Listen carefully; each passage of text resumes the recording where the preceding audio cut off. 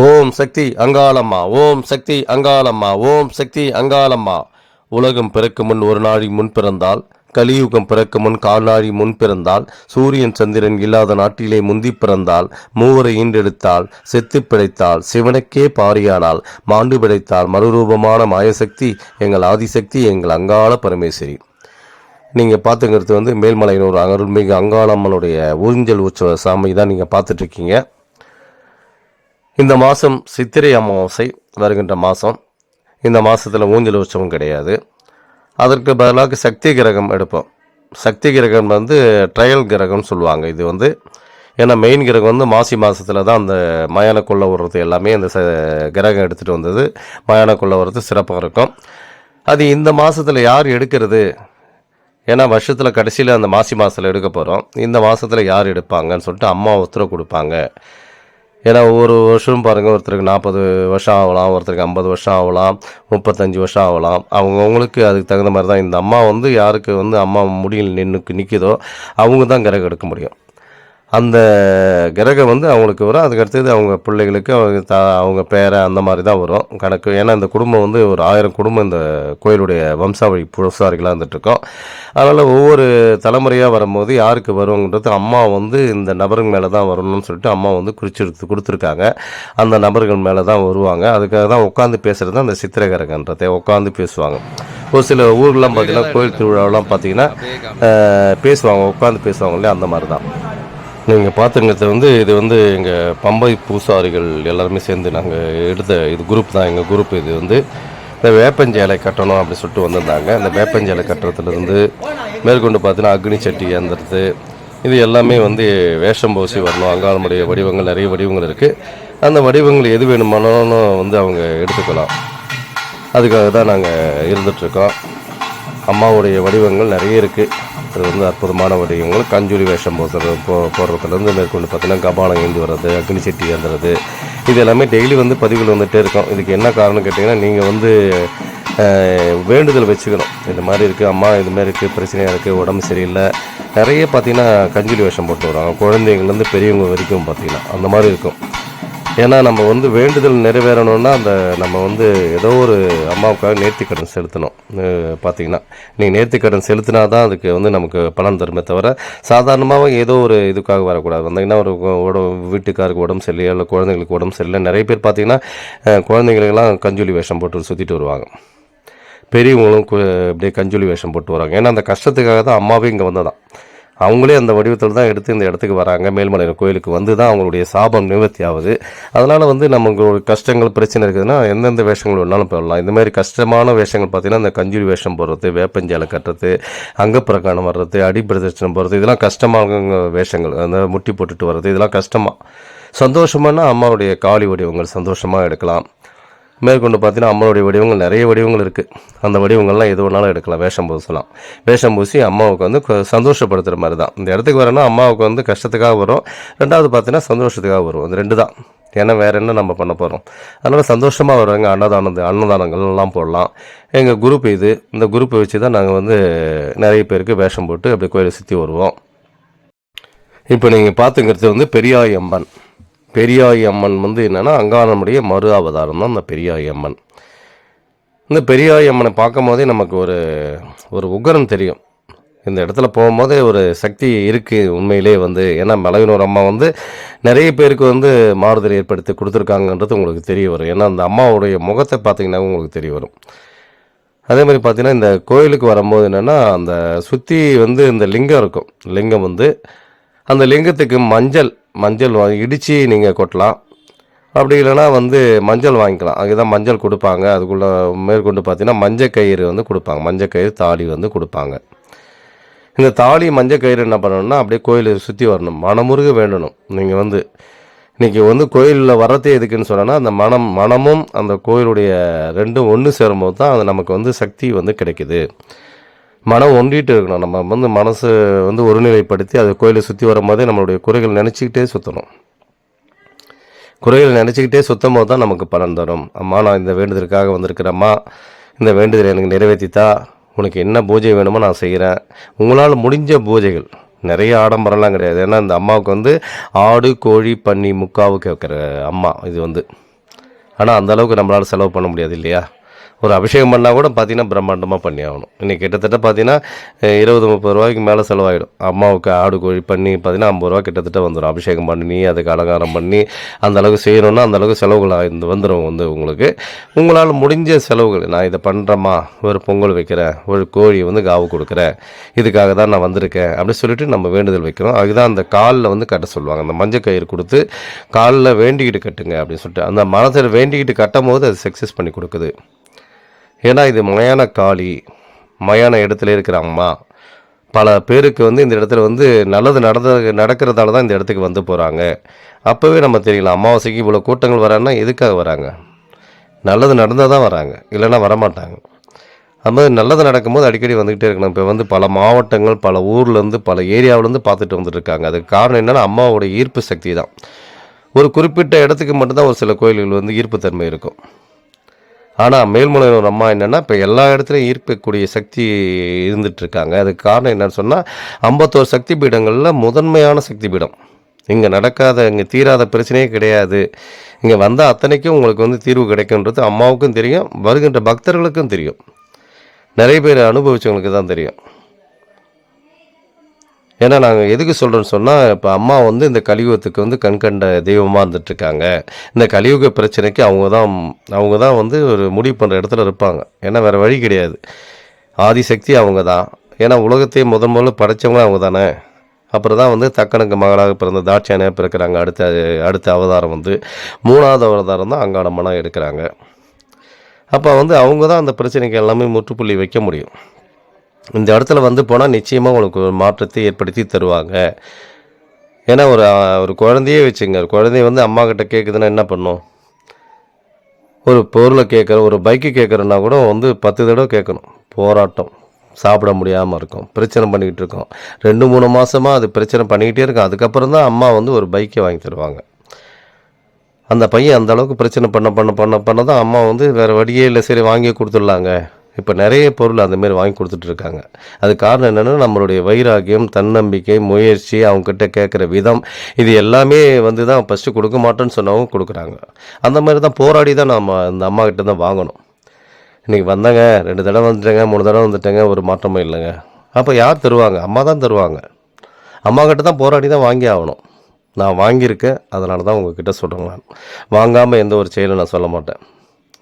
அம்மாக்கிட்டேருந்து நான் கேட்காத விஷயங்கள் இல்லை. எனக்கு அவங்க கொடுப்பாங்கன்ற நம்பிக்கை இருக்குது. அந்த நம்பிக்கையோடு தான் நான் செயல்படுத்திகிட்டு இருக்கேன். அதனால தான் இன்னி வரைக்கும் நான் வந்து அம்மா கூட பேசிகிட்டு இருக்கேன், அம்மா கூட வந்து பாடிக்கிட்டு இருக்கேன். எனக்கு தேவையானது அத்தனையுமே கொடுத்துட்ருக்காங்க. அவங்களுடைய இயக்கத்தோடு தான் நம்ம போயிட்டுருக்கணுமே தவிர தனிப்பட்ட ரூட்டில் போகக்கூடாது.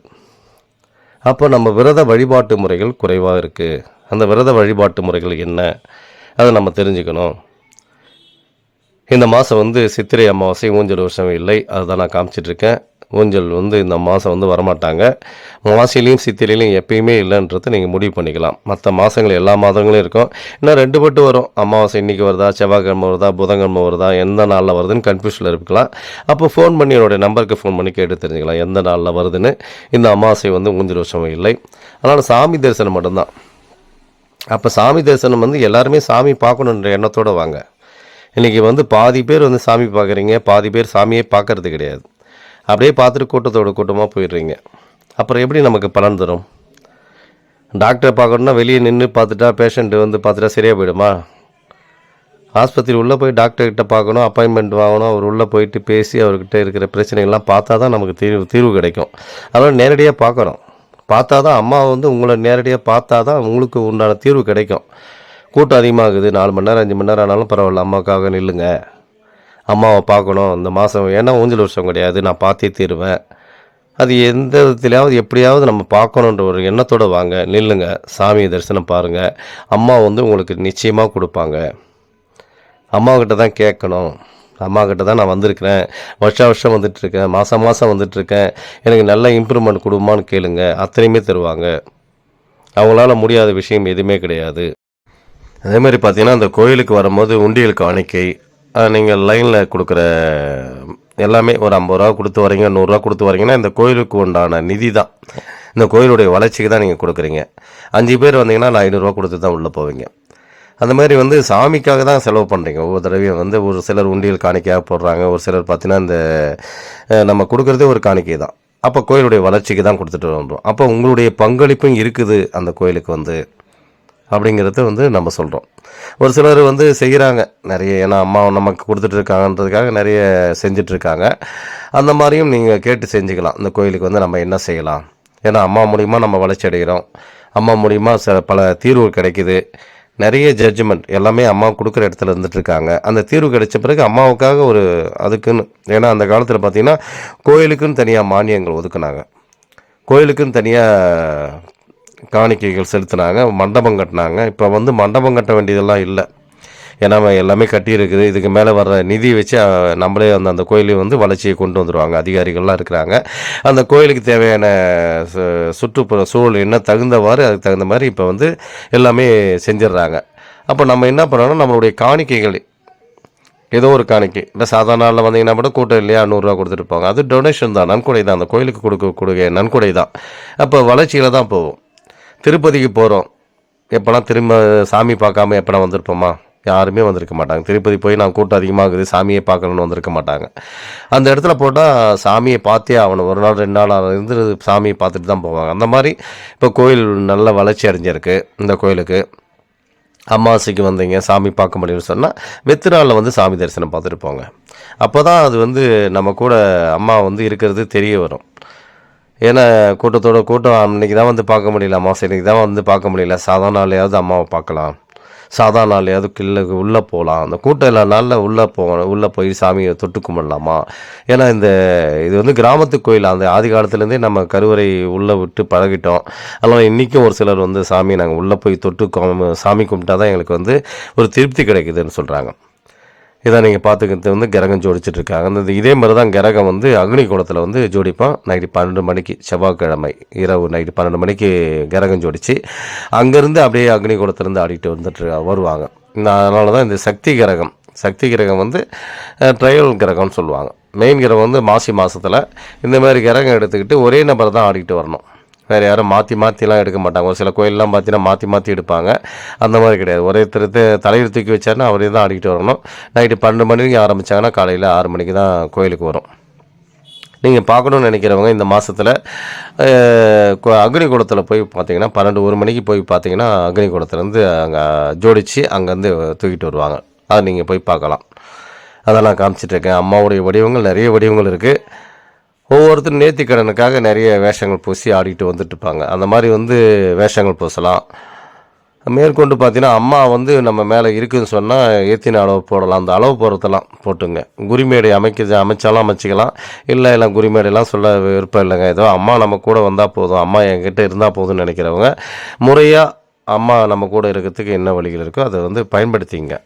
அப்புறம் கட்டில் நின்று போச்சு, இப்போ சரியாக வர்றதில்ல, என்னன்னே தெரியல, பல கஷ்டங்கள் வந்துடுச்சு. அம்மா இருக்கிற வரைக்கும் கஷ்டங்கள் வராது. அந்த கஷ்டங்கள் வந்துடுதுனாவே அம்மா இல்லைன்னு அர்த்தம். வீட்டில் வந்து பிரச்சனைகள். அதனால் வந்து என்னென்னா அந்த அம்மாவுக்கு வந்து எத்தனை அளவு போடணுமோ அளவு போட்டு முறையாக அந்த அம்மாவுக்காக நம்ம இருந்து வழி நடத்தணும். அம்மாவுக்கு தேவையான விஷயங்கள் செய்யணும். இன்றைக்கி நிறைய பூஜை முறைகள் நிறைய பண்ணுறவங்களுக்கு தான் அம்மா வந்து இருக்கிறாங்க. அதை மாதிரி ஆடிக்கிட்டு இருக்காங்க பாருங்கள், எந்த அளவுக்கு உக்கிரமாக ஆடிக்கிட்டு வராங்க பாருங்கள். இந்த மாதிரி வந்து சாமி எல்லா இடத்துலையும் ஆடிக்கிட்டு வந்திருக்காங்க. இனிமேல் நம்ம பிரச்சனையை கேட்கணும் அம்மாக்கிட்ட தான் கேட்கணும். இந்த மாதிரி ஆடி வந்து அவங்கக்கிட்ட வந்து கேளுங்க, அம்மா வந்து தத்ரூபமாக அப்படியே சொல்லுவாங்க. உங்கள் பிரச்சனை என்ன இருக்குது, எதனால் இந்த பிரச்சனை இருக்குது, எதனால் கஷ்டப்படுறீங்கன்றது அம்மா சொல்லுவாங்க. அந்த சொல்கிறத வச்சு தான் நம்ம மேற்கொண்டு அடுத்தது நம்ம இம்ப்ரூவ்மெண்ட் பண்ண முடியும். ஏன்னா இப்போ பார்த்திங்கன்னா நிறைய பிரச்சனைகள் வீட்டில் வந்து இப்போ மாறுமா அப்போ மாறுமா, 1 வருஷம் 2 வருஷம் 3 வருஷம் பார்த்து 5 வருஷம் 10 வருஷம்லாம் கடந்து போய் பிரச்சனையை சமாளிக்க முடியாமல் என்ன பண்ணுறதுன்னு தெரியாமல் முடிக்கிறாங்க.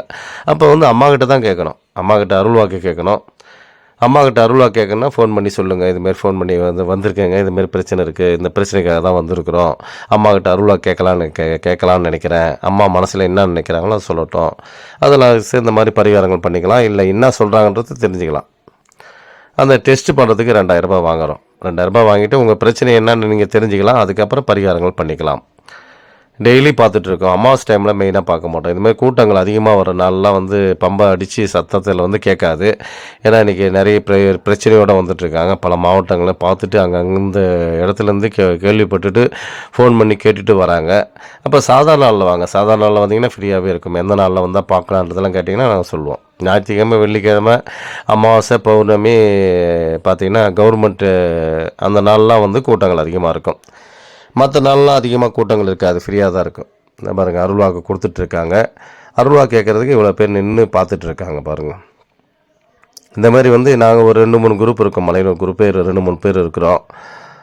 அதுமாரி அவங்கக்கிட்ட வந்து கேட்கும் போதுன்னா அம்மா ஆடி சொல்லும், இந்த பிரச்சனை இருக்குது, இந்த பிரச்சனைக்காக தான் வந்திருக்கீங்க, இவ்வளோ நாளாக இருந்துகிட்ருக்கு. அப்போ தெய்வ அருள் இருக்கா இல்லையா அவங்க வீட்டில்? தெய்வ அருள் இல்லைனா தான் வீட்டில் பிரச்சனைகள் உருவாகும். ஒருத்தர் கஷ்டம் வருதுன்னு சொன்னால் அந்த அவங்க குலதெய்வமே கட்டில் இருக்குது. ரெண்டாவது பார்த்திங்கன்னா மூதாதையர் அருளும் இல்லை. இவங்க 2 பேர் தான் நம்மளுடைய காவல் காக்கிற தெய்வமாக இருக்கிறாங்க. அந்த கிராம தேவதை, அந்த கோயிலுடைய கிராம தேவதைகள்லாம் நமக்கு வந்து காவலாக இருப்பாங்க. இன்றைக்கி பார்த்திங்கன்னா பிரச்சனைகள் அந்த மாதிரி இருக்குது. அவங்களுக்கு எந்த வித பார்த்திங்கன்னா வந்து இந்த கலியுக வாழ்க்கை வந்து சிறப்பாக இருக்கணும்னா நமக்கு வந்து மந்திர வழிபாட்டு முறைகள், சக்கரங்கள், பதிகங்கள் நிறைய அந்த காலத்திலே கொடுத்துட்டாங்க. அவங்கெல்லாம் பாடி நிறைய கொடுத்துருக்காங்க. அந்த விஷயங்களும் நமக்கு தெரிஞ்சுக்கணும். அப்போ தான் வந்து சிறப்பாக இருக்கும். இறை அருள் வந்து நம்ம கூடவே இருந்துக்கிட்டே இருந்தால் தான் நமக்கு நல்ல நல்ல பலன்கள் தரும். இன்றைக்கி குலதெய்வத்தை எப்படி அழைக்கிறதுன்னு தெரியல. ஏன்னா இப்போ எல்லாமே தேவை. பித்திருக்களை எப்படி வந்து பூஜை முறைகள் பண்ணணும், குலதெய்வத்துக்கு என்ன மாதிரி பூஜை முறைகள் பண்ணணும், எந்த சாமியும் வந்து திருப்திப்படுத்துறதுக்கு என்னென்ன வழிகள் முறைகள் இருக்குது. அதனால் வந்து எல்லா தெய்வங்களும் வந்து நீங்கள் எந்த தெய்வத்தை வேணாலும் கும்பிடலாம். அதாவது இந்த தெய்வம் தான் சொல்கிறது கிடையாது. அந்தந்த தெய்வத்தையும் அந்தந்த நேரத்தில் அந்தந்த காலகட்டங்களில் நம்ம கும்பிட்டு வர்றது நல்லது. பக்கத்தில் இருக்கிற கோயில்களாக இருக்கட்டும், இல்லை பக்கத்தில் இருக்கிற மாவட்டத்தில் இருக்கிற கோயில்களாக இருக்கட்டும், திருவிழா நடத்தினா அந்த இடத்துக்கு போங்க. அந்த திருவிழா நடத்தும் போது அந்த இடத்துல வந்து இறையருள் நிச்சயமாக அத்தனை பேருக்குமே கிடைக்கும். அதனால தான் அந்தந்த இடத்துலையும் தேர்திருவிழா நடத்துகிறாங்க. நிறைய பேர் அந்த இடத்துக்கெல்லாம் போகிறாங்க. ஏன்னா நம்ம மலையனூர் மட்டும்தான் இந்த தேர்திருவிழா நடக்குது, இங்கே மட்டும் வாங்கன்னு சொல்லலை, எல்லா ஊருக்குமே போகணும். அப்போ வந்து அந்த இடத்துல வந்து இறைவன் வந்து உங்களுக்கு வந்து நிச்சயமாக அதுக்கு வந்திருக்காங்க. இவங்களுக்கு ஏதோ ஒரு பிரச்சனைக்காக தான் இந்த இடத்துக்கு வந்திருக்காங்க. அதனால் இவங்களுக்கு வந்து ஏதோ ஒரு பலன் தரணுன்றது தெரியும், இறைவனுக்கு தெரியும். அதனால் எல்லா கோயில்களும் எல்லா இறையர்களும் தேவைன்றது தான் நம்ம சொல்லுவோம். நாங்கள் இங்கே வந்து என்னென்னா துஷ்ட சக்திகள் ஓடுகின்ற இடம், கெட்ட சக்திகள் எல்லாமே ஓடும். அது மாதிரி பார்த்திங்கன்னா திருமணங்கள்லாம் இந்த இடத்துல வந்து கோயிலில் வந்து பண்ணிகிட்ருக்கோம். திருமணங்கள்லாம் வந்து பார்த்திங்கன்னா பதிவு பெற்று அவங்களுக்கு வந்து சான்றிதழ்லாம் கொடுக்குறோம். அது முறையாக அப்பா அம்மா அவங்களுடைய இது இருக்கணும், பத்திரிக்கை இருக்கணும், கல்யாண பத்திரிக்கைலாம் அடிச்சிருக்கணும். இந்த கோயிலில் கல்யாணம் பண்ண போகிறோன்றது எல்லாமே தெரிஞ்சு அது முறையாக கொடுத்திங்கன்னா, ஆவணங்கள் கொடுத்திங்கன்னா அதில் வந்து ரிஜிஸ்ட்ரு பண்ணி கல்யாணத்தை வந்து பண்ணிக்கலாம். இங்கே வந்து இந்த கோயிலில் வந்து பரிகாரம் பண்ணுறோன்னு சொன்னால் இதுக்கு என்ன காரணம் சொன்னால், கல்யாண பரிகாரமே வந்து பார்த்திங்கன்னா பொருத்தம் பார்த்தா நிறைய பேர் பார்ப்பாங்க, பொருத்தம் கூடலைங்க அப்படின்ற மாதிரி இருப்பாங்க. ஏதாவது 1-2 வந்து இருக்கும், பொருத்தம் கூடாமல் இருக்கும். அந்த மாதிரி வந்து பண்ணும்போது இந்த இடத்துல வந்து அது நல்ல பலன் கொடுக்குது. ஏன்னா கொடுக்கணும்னு முடிவு பண்ணிகிட்டு இருப்போம். ஆனால் ஒரு சில பொருத்தம் சரியில்லைங்கன்னு சொல்லிடுவாங்க. 9 பொருத்தம் இருக்குது, 10 பொருத்தம் இருக்குது, அது 2 பொருத்தம் முக்கியமான பொருத்தம் இல்லை அப்படின்லாம் சொல்லுவாங்க. ஏன்னா இன்றைக்கி வந்து பார்த்திங்கன்னா பொருத்தம் பார்த்து கல்யாணம் பண்ணுறதே பிரச்சனை இருக்குது நிறைய. அந்த மாதிரி வந்து இந்த இடத்துல வந்து அந்த பிரச்சனை வராது. என்ன கேட்டிங்கன்னா, அம்மா வந்து எல்லாத்துக்கும் தீர்வு கொடுக்குற இடத்துல இருக்கிறாங்க. அதனால் அம்மா இடத்துல கல்யாணம் பண்ணுறது அதுதான் அந்த கோயில் பரிகாரங்கள் பண்ணுறதுக்கு காரணமே. ஒரு கல்யாணத்தில் போய் ஒரு கோயிலில் வந்து கல்யாணம் பண்ணுறதுக்கு காரணமே அதுதான். அது இங்கே முறையாக பண்ணிகிட்ருக்கோம். நீங்கள் வந்து கேட்டுட்டு பதிவு பண்ணிவிட்டு அதுக்கப்புறம் வந்து கல்யாண தேதி என்றைக்கோ அன்றைக்கி வந்து நீங்கள் பண்ணிக்கலாம். அதுபோல் பார்த்திங்கன்னா நிறைய பேர் இன்றைக்கி வந்து இழுத்துட்டு போயிட்டு கல்யாணம் பண்ணி கலப்பு திருமணம் பண்ணி அந்த மாதிரி பிரச்சனை இருப்பாங்க. கல்யாணம் பண்ணிட்ட பிறகு அவங்களுக்கு பல பிரச்சனை நடந்துகிட்ருக்கும். குடும்பத்தில் குழப்பங்கள், பிரச்சனை, ஒன்று சேர முடியாமல், குழந்தை இல்லாமல் கஷ்டப்படுவாங்க. அவங்கெல்லாம் வந்து மறுபடியும் இந்த இடத்துல கல்யாணம் பண்ணும்போது அவங்களுக்கு வந்து மறு தாலியை அந்த கழட்டி போட்டுட்டு திருப்பியும் வந்து ஒரு தாலியை வந்து புதுசாக அம்மனுடைய எல்லையில் வந்து கட்டிக்கணும். கட்டும் போது நல்ல பலன் தரும். ஏன்னா அம்மாவால் முடியாத விஷயம் இல்லை. என்ன கேட்டிங்கன்னா, அம்மா வந்து அவங்க ஒரு மீனவ பெண்ணாக பிறக்கிறாங்க. சிவன் வந்து அவர் வேறு இது பார்த்திங்கன்னா 2 பேருமே கலப்பு திருமணம் தான். அந்த கலப்பு திருமணம் பண்ணும்போது அவங்க 2 பேருமே நல்லா இருக்காங்க, வாழ்க்கையில் வந்து இருக்கிறாங்க. அதனால் வந்து பார்த்திங்கன்னா இந்த இடத்துல வந்து அதுவும் இந்த இடத்துல வந்து சாத்தியப்படுது. அதனால் ஏற்கனவே கல்யாணம் பண்ணியிருப்பீங்க, எந்த டைமில் கல்யாணம் பண்ணிங்களோ, எந்த பிரச்சனையாச்சோ உங்களுக்கே தெரியும். கணவன் மனைவி 2 பேருக்குள்ளே ஒத்துமையாக இருக்காது, பிரச்சனை நடந்துகிட்டே இருக்கும். எந்த டைம் தெரியாமல் பண்ணிட்டோம், அது என்ன காரணமோ யோசனை பண்ணிட்டு இருப்பீங்க. அப்போ இந்த இடத்துல வந்து மறுதாலி அம்மாவும் எல்லையில் வந்து நாங்கள் திரும்ப புதுசாக ஒரு கல்யாணம் பண்ணுறோம். அதான் பரிகாரமே. இந்த பரிகாரம் சொல்கிறதுக்கு காரணம் என்னென்னா, புதுசாக இப்போ தான் நீங்கள் கல்யாணமே பண்ணுறீங்க. அப்போ அந்த கல்யாண தாலியை வந்து போட்டுடுங்க. போட்டுட்டு திருப்பி ஒரு கல்யாணத்தை பண்ணிக்கங்க.